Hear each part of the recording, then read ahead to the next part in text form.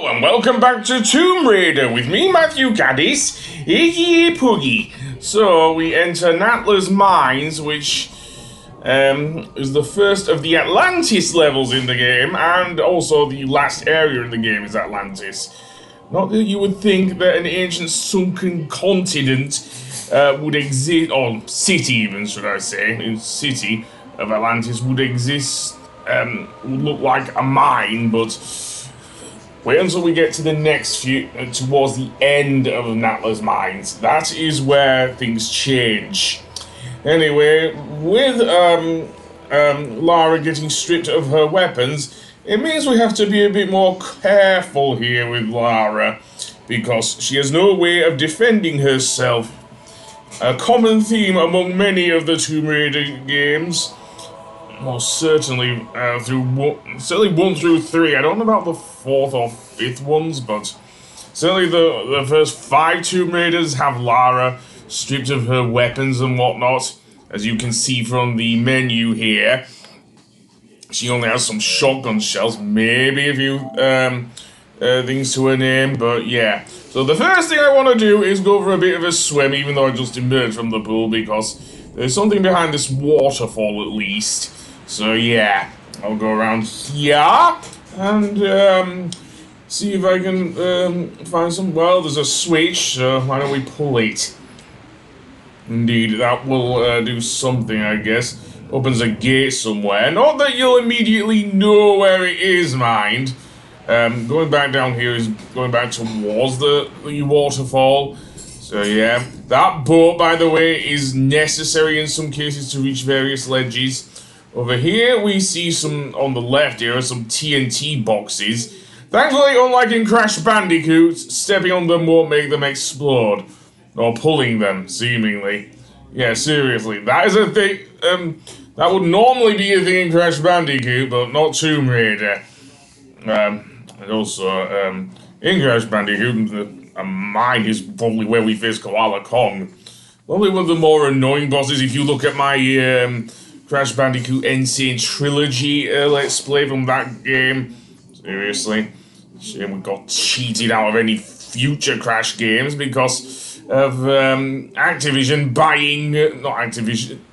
No, Microsoft buying Activision. There, I got there in the end. Seriously. And probably ending up like Rareware, seriously. The only Banjo-Kazooie games we got from them were... of course, in the form of Nuts and Bolts, and I am not a big fan of that, even though I haven't played it much, or at least the idea of it anyway. I know it does have its fans, but maybe I'll give it a go. I still have an Xbox 360, but never mind that for now. I'm trying to look my way around here, and dare I say it, just the comparison with the waterfall, with the new graphics versus the old, yeah. Seriously, much better with the new graphics in the case of the waterfall. So, I am kind of stuck here. Or you would think I'd be stuck here. Not necessarily, as there is something beyond the waterfall. Not just that, dare I say, one switch, as we'll see. Go back to the mine area because I completely overlooked this thing. A giant block that can be pulled, yay, I guess. But never mind my dog, let's pull up here and go down this way. And actually find where that switch was that we were going to pull behind that gate. That switch opens another gate, seemingly, which... I do not know where it is, seriously. The area around the initial part of Natla's mines is absolutely huge. I do mean absolutely huge. So yeah, there's still this minecart that's in the way. We will move it in time, but we'll have to be a bit more patient here. Anyway, that being said, let's make our way up to the next area and completely pause the game again because I'm an idiot. So going back to what I was saying about the waterfall. Yeah, there is something else behind it besides a switch. Seriously. So indeed, let's make our way up and around the thing here. It's not easy to grab anything here either. Seriously. And make my way up. And then we get some rather narrow platforms here at the very top of the waterfall, which seemingly seems to be coming from a pipe, seriously, or something. And what we have to do is grab this water thingy, and what the hell? I think that just saved my ass, but still. Yeah, I cannot jump up there. So let's jump back up here. I turn around, Lara, what the hell? You can't turn around and just jump towards that ledge. Is it not high enough for you or something? Seriously, I know, trying to swim into the waterfall isn't a good idea either. Seriously, because what can happen there is that Lara will not be able to swim towards it. She'll just get her hair wet. Not that I think she'd mind that. Seriously, given how she behaves. She's a thrill seeker after all, is Lara. But, I'll save again. And, indeed, this time, running jump over to that ledge, please, Lara. We do not want any more, injuries. Although water saves you, as I mentioned in the last episode. So, down here, head to the right, and we will emerge in this area, which seemingly has a giant block above our heads. And that will come into play quite a bit later, but we have to find some fuses first. Seriously, there's something on the ground here. What is that? It's another large medipack, which we'll probably need quite a few of in this case, because we don't have any weapons, and I don't know how many medipacks. I think we do keep the medipacks. And then there's this block. We have to push this towards the building over there, because it's all cordoned off and everything, so probably for good reason, if you know what I mean. So yeah, pull it back, and indeed, as I mentioned, we can actually jump onto this building. You'll note one of the tiles is a little differently coloured. That's because it's a breakable one. This one on the top right hand corner here. So I will indeed drop down here.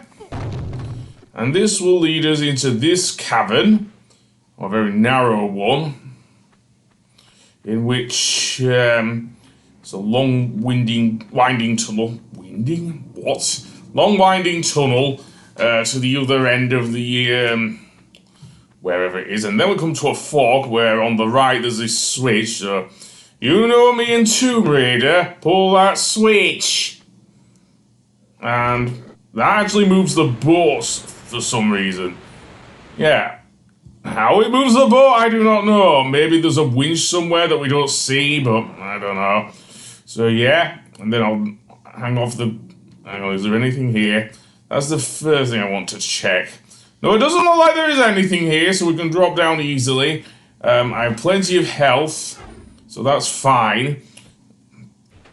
The last thing I want is low health. There is no way to get on top of that building on the left there. Over here, there is a gate that will open. Unfortunately, what else will happen here is that we'll have to deal with some rolling boulders in a moment once I've saved.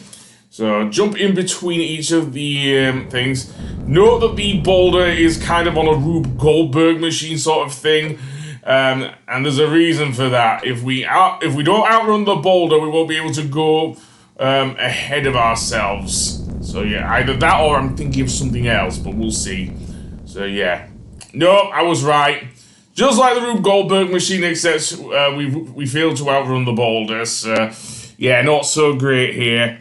So it impedes our progress and whatnot. This area is still explorable, but yeah, not great. Try that again and get assaulted by the gear. What the hell? So jump over each of the things before you reach them. Each of the warning barriers. I don't know what to refer to them as. So warning barriers it is. and then save so you don't have to go through that shit again.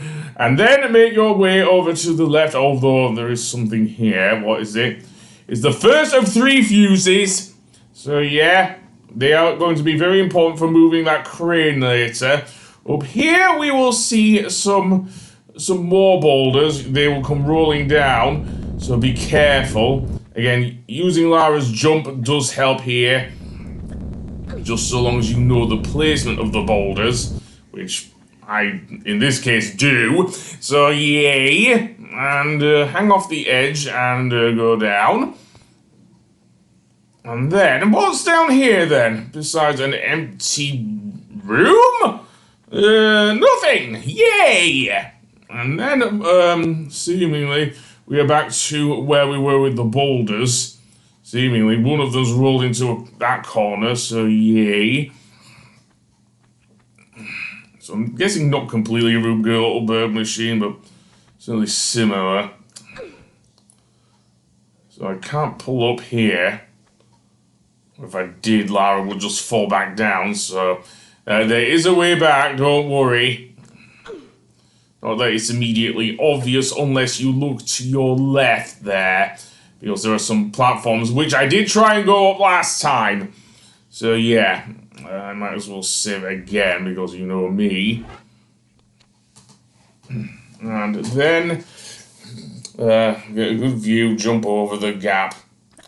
Seemingly the gate will not open, even if we try and approach it. It's a one-way trip that way, so instead let's try going up the way I was thinking of going before my brain decided to fart, and that is to head up this way, which would have been the way back, but as I say, I wouldn't be able to get the fuse if I hadn't outrun the boulder there. So yeah, and that will take us back to the main area. There doesn't seem to be anything here, so yay, I guess. Not a long drop at all, seriously. And we're back in this room with and the gate will open again, but we don't need to use it now, so that's good.